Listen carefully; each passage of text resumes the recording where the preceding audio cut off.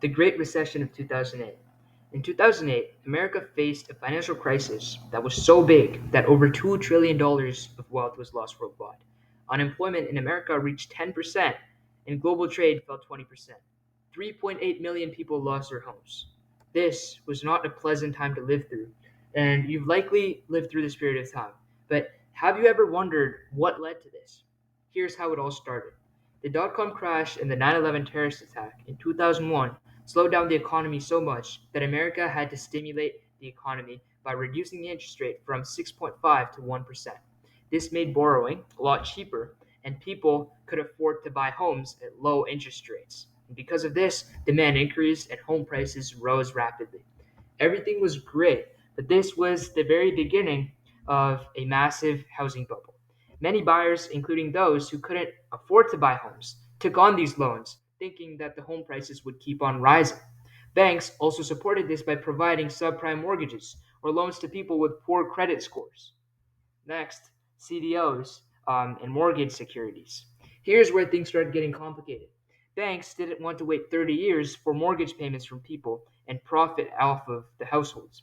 So they sold these mortgages to investment banks, profiting immediately. These investment banks bundled hundreds and thousands of mortgages into what they called mortgage backed securities, or CDOs.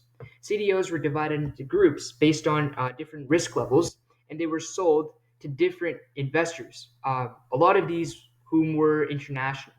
These investments, or CDOs, were labeled extremely safe, and the investors who put their money into this included commercial banks, insurance companies, pension funds, and even international governments.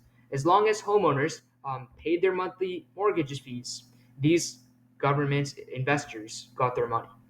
The financial system relied on these people not defaulting. The housing bubble grew, and grew, and as you probably expected, at some point it popped. Eventually, housing prices were so high that homeowners, particularly those who took on the subprime mortgages, started defaulting on their loans. Foreclosures began, and the cash flowing through the CDOs into the investors' pockets slowed down. This created panic, and investors lost trillions and trillions of dollars.